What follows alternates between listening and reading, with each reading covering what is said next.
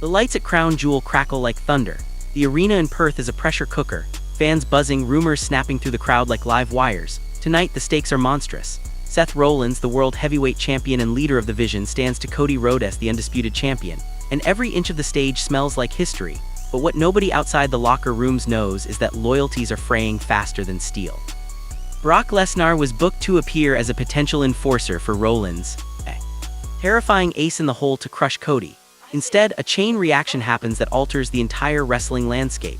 RomanReigns storms the ring, not as the man who was toppled, but as a reckoning. Lesnar comes to help Rollins and to attack Cody, but Roman intervenes and turns his fury on Seth.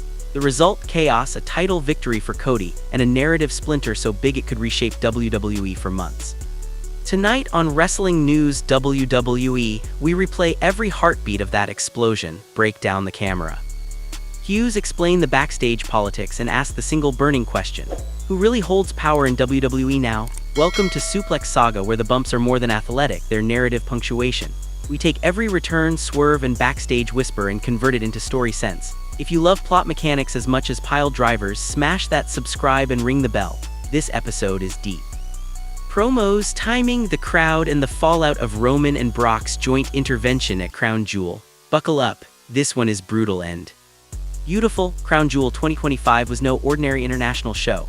WWE's global calendar has been stacked, networks watching, sponsors primed. The marquee match, Seth Rollins vs. Cody Rhodes for a major title, was built as the narrative apex of a summer of wars.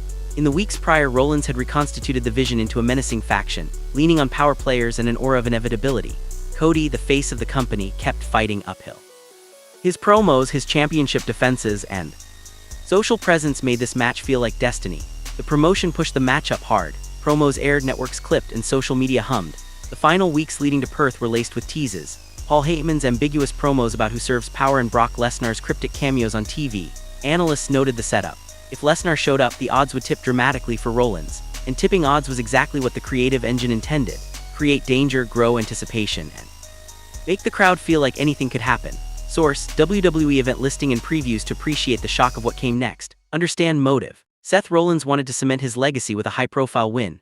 Cody Rhodes wanted to cement his own by proving he could beat the architect of the current power structure, Brock Lesnar. Well, Lesnar's motives have always been elemental: money, dominance, and occasionally personal satisfaction. If Lesnar allied with Rollins, the pairing would make Rollins untouchable in the short term. RomanReigns, for his part, had been quiet but simmering.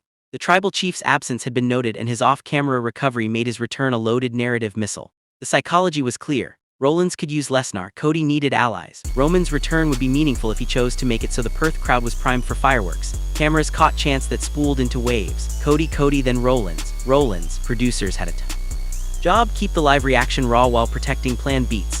The TV directive for such matches is surgical. Package promos, time replays, and leave room for unplanned chaos. Crown Jewel was being filmed for both live stadium and major network broadcast, so the production team needed to manage everything like a live tightrope act.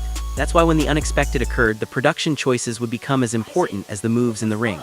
The bell rings.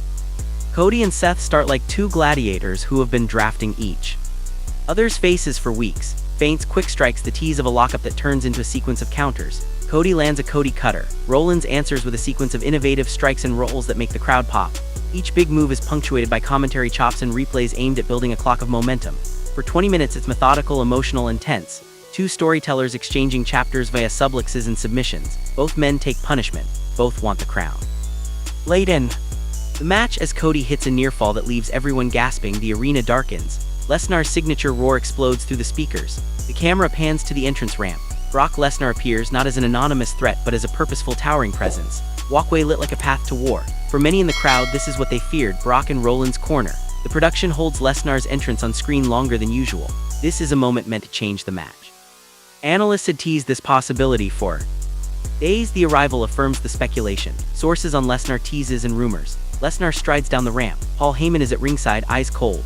Rollins drinks it in with a smug, almost arrogant grin. He knows his odds just improved. Lesnar circles, sizing up Cody, a hunter assessing prey. His body language communicates: I'm here and I will do what I do. The Vision's members, if present, tighten their posture. Security is on edge. Production cues strobing like flares. The crowd reacts with a mix of fear and adrenaline. For Rollins, Lesnar's presence is insurance. For the audience, it's a harbinger of violence, a critical moment. While the referee is distracted, resolving an outside fracas, Lesnar lunges. He doesn't wait for permission. A chair appears. A strike lands. Cody is staggered. It looks like the plan. Brock, as enforcer, takes decisive action to ensure Rollins' victory. The broadcast cuts to slow-motion replays of the chair swing, announcers shouting, the crowd spiking in reaction. This is the exact scenario Rollins needed.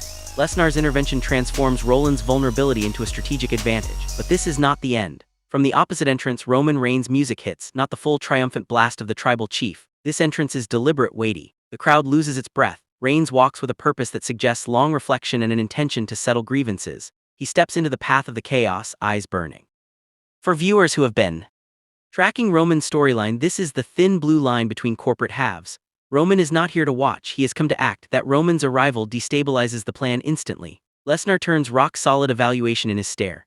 In one seismic beat, Roman and Lesnar stand face to face. Camera operators go to work, tight close-ups of the two powerhouses, slow breath, electricity hitting the feed. Rollins tries to capitalize.